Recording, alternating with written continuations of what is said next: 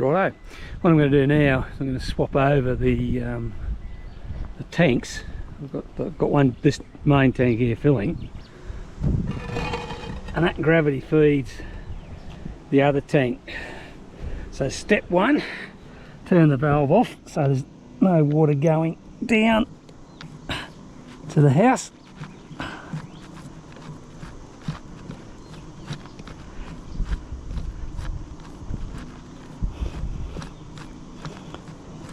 Got a long thread for a little valve, isn't it? Come on.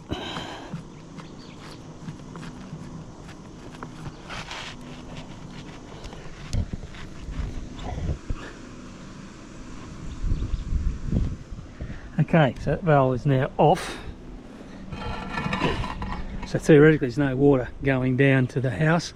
There's another valve in there that shuts both the tanks off to the house. So then you come over here to this one,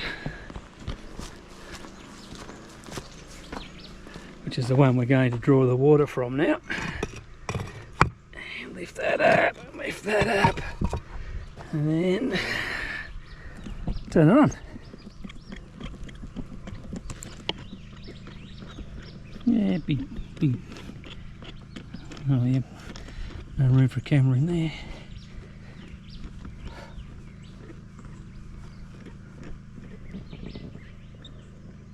Okay, so turn it on, just back it off a little bit so it's not totally going to do it. Now all that liken's there since we've put the brick there, which is interesting because it's on this one but there's none on the back one.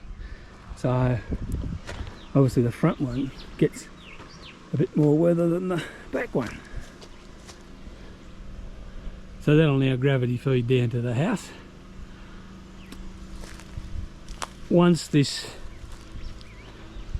main tank is full, I'll turn the pump off, but later on what will happen is when I swap them back, I'll have to leave that one on, pump into that one and open it so it equalises, because this one's got no pump into it. This is the only one that has the pump delivery system into it, which was a bit of a mistake on my part.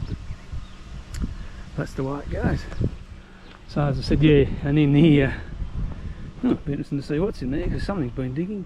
But in there's the shut-off valve for the total tank setup, and that then goes down the hill, pretty much in line with the bore water tank to the house tank.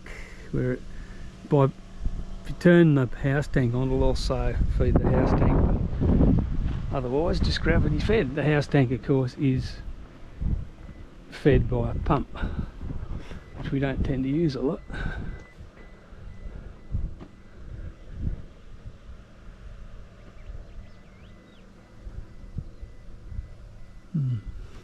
Okay.